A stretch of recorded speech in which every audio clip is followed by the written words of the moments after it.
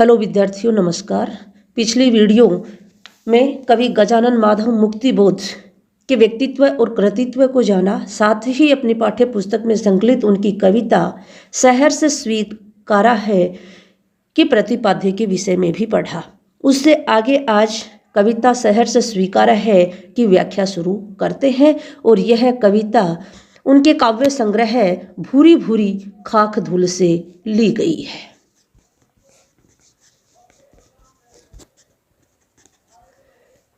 और व्याख्या है, जिंदगी में जो कुछ है, जो भी है, शहर से स्वीकारा है, इसलिए कि जो कुछ भी मेरा है वह तुम्हें प्यारा है। गर्वीली गरीबी ये गंभीर अनुभव सब, यह विचार वैभव सब, दृढ़ता यह भीतर की सरिता यह अभिनव सब मौलिक है। इसलिए कि पल पल में जो कुछ भी जागृत है, अपलक है, संवेदन तुम्हारा है। कठिन शब्द करते हैं। सहर्ष, प्रसन्नतापूर्वक, प्रसन्नता, गर्वीली, गर्व करने योग्य, विचार वैभव, विचारों की संपन्नता, भीतर की सरिता, मन के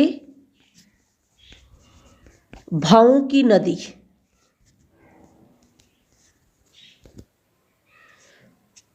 अभिनव, नया, मौलिक, अकृत्रिम, प्राकृतिक। अब व्याख्या करते हैं। कवि कह रहा है कि जिंदगी में मेरे पास जो कुछ भी है, उत्थान पतन, सुख दुख, ये सभी परिस्थितियां को मैंने प्रसन्नता के साथ स्वीकार किया है। स्वीकार इसलिए किया है कि मेरी प्रत्येक परिस्थिति जो है वह मेरे प्रेमी पात्र को प्रिय है, तुम्हें प्यारा है। तो ये तुम्हें जो है यह लेखक का प्रेमी पात्र है। तो यह अत्यधिक मेरी प्रत्येक परिस्थिति मेरे प्रेमी पात्र को प्रिय होने के कारण मैंने उसे प्रसन्नता के साथ स्वीकार किया है।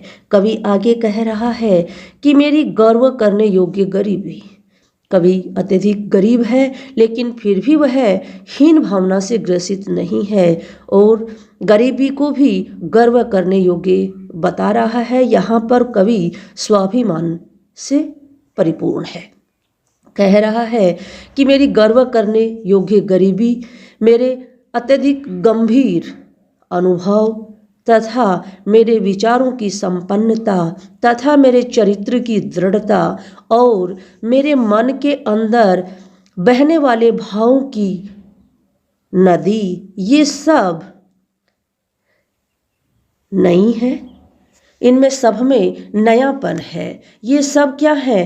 अकृत्रिम है। सभी सबके सब परिस्थितियां, सबके सब भाव मौलिक है। इसकी मौलिकता का कारण है, ये सब भाव है ये मौलिक हैं क्योंकि मौलिकता का कारण है कि मेरे जीवन में जो कुछ भी जागृत, चेतन, गतिशील प्रेरणा और अनुभूतियां, उन सब में मेरे प्रेमी पात्र की संवेदनाएं निहित है। इसीलिए कहीं पर भी अकृत्रिमता नहीं है, मौलिकता है। अब अपन संदर्भ प्रसंग के साथ व्याख्या देखते हैं। संदर्भ और प्रसंग। प्रस्तुत काव्यांश कवि गजानन माधव मुक्तिबोध के द्वारा लिखित काव्य संग्रह है भूरी भूरी खाक धूल की कविता शहर से स्वीकारा है से लिया गया है। इसमें कवि ने जीवन की सभी स्थितियों को शहर से स्वीकारने की बातें की है।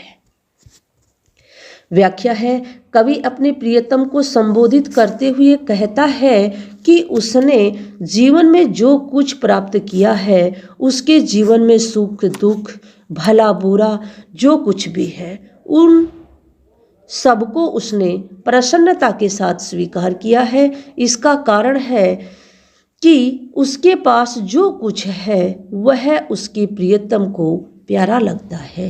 अपने प्रियतम की प्रसन्नता के लिए उसे जीवन से जो कुछ मिला है वह सहर्ष स्वीकार है। उसे अपने गरीबी पर गर्व है, अर्थात निर्धन होते हुए भी आत्मगौरव की भावना है। जीवन की गहरी अनुभूतियां हैं। मेरे सब विचार चिंतन, मेरे व्यक्तित्व की दृढ़ता, मेरे अंतःकरण में प्रवाहित भावनाओं की नदी, ये सभी कुछ नवीनतम तथा स्वाभाविक है। इसमें किसी प्रकार की बनावट या दिखावा नहीं है। इसका कारण यह है कि कवि के मन में हर क्षण जो भाव जागते हैं वो निरंतर सजग रहते हैं। इनकी मौलिकता का कारण यह है कि मेरे जीवन में जो कुछ भी जागृत, चेतन, गतिशील प्रेरणा और अनुभूतियां हैं उन सब में तुम्हारी संवेदना प्रेरणा ही काम करे रही है। विशेष देखते हैं तत्सम तद्भव शब्दों के प्रयोग से काव्यांश का भाव सौंदर्य बढ़ा है। पल पल मौलिक मौलिक शब्दों की आवृत्ति से पुनरुक्ति प्रकाश तथा वर्णों की आवृत्ति से अनुप्रास अलंकार है। ऐतुकांत छोटी बड़ी पंक्ति के साथ मुक्तक छंद की रचना है। ये सरल, सहज, प्रवाहपूर्ण खड़ी बोली हिंदी का प्रयोग इस काव्यांश में हुआ है। इस काव्यांश से दो महत्वपूर्ण प्रश्न बनते हैं, जिनमें पहला प्रश्न है जो कुछ भी जागृत है संवेदन तुम्हारा है, इसका आशय स्पष्ट कीजिए। तो इस प्रश्न का उत्तर होगा, कवि अपने प्रिय से कहता है कि मेरे जीवन में जो कुछ भी जागृत, चेतन, गतिशील अनुभूतियां हैं उन सब में तुम्हारी संवेदनात्मक प्रेरणा है। इसी से मेरे जीवन के व्यक्तित्व का निर्माण हुआ है और ये सब मुझे प्रिय लगते हैं। दूसरा प्रश्न है, कवि के पास गर्व करने योग्य क्या है? तो इस काव्यांश के अनुसार कवि के पास गर्व करने के योग्य गरीबी है, जीवन के गहरे अनुभव, विचारों की संपन्नता एवं अंतःकरण की भाव सरिता है। ये सब कवि के पास स्वाभिमान करने योग्य है। अगली व्याख्या है, जाने क्या रिश्ता है, जाने क्या नाता है, जितना भी उंडेलता हूँ भर भर फिर आता है। दिल में क्या झरना है, मीठे पानी का सोता है, भीतर वह है ऊपर तुम मुस्काता चांद जूं, धरती पर रात भर मुझ पर त्यों तुम्हारा ही खिलता वह चेहरा है। तो यहाँ पर अपन शब्दार्थ करते हैं। शब्दार्थ कुछ विशेष यहाँ पर है नहीं, ज़्यादा कठिन शब्द है ही नहीं। ये जो शब्द है सोता, स्रोत,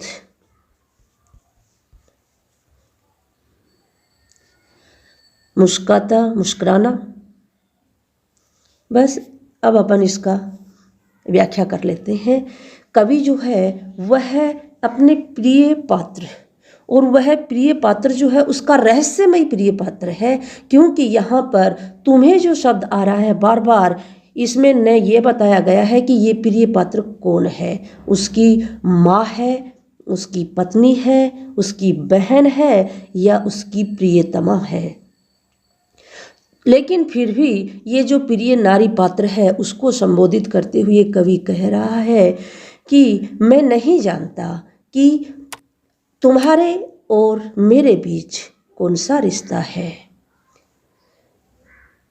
जितना भी उंडेलता हूँ भर भर फिर आता है, यानी मुझे नहीं पता कि तेरे और मेरे बीच कौन सा प्रेम का रिश्ता है, और मेरे मन में तुम्हारे प्रति इतना प्रेम भरा हुआ है कि उस प्रेम को मैं मेरी कविता के माध्यम से जितना बाहर निकालता हूँ, कविताओं का सृजन करता हूँ, मेरा हृदय पुनः बार बार उस प्रेम से भर जाता है।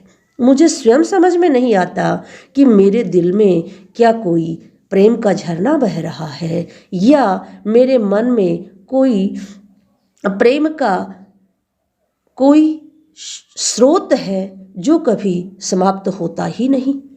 भीतर वह ऊपर तुम, कवि आगे कह रहा है कि भीतर वह भीतर अज्ञात प्रेमी के प्रति उसका प्रेम और ऊपर उसका साक्षात प्रेमी सामने है। वह इस प्रकार से लग रहा है कि जैसे मुस्काता चांद जिस प्रकार से चांद जो है वो धरती पर रात भर मुस्कुरा करके और पृथ्वी को रात आलोकित करता है, उसी प्रकार से मेरे प्रेमी पात्र का जो चेहरा है वह भी रात दिन मेरे पास रह करके और मुस्कुरा करके मुझे भी आलोकित करता रहता है। अब इसके संदर्भ और प्रसंग के साथ व्याख्या देखते हैं।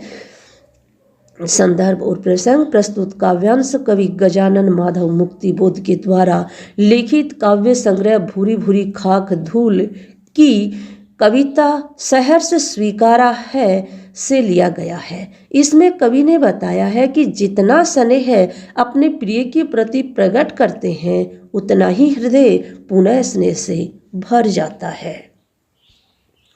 व्याख्या है, कवि अपने प्रियजन को संबोधित करते हुए कहता है कि मैं यह नहीं जानता कि मेरे और तुम्हारे बीच कैसा गहरा रिश्ता है या स्नेह बंधन है।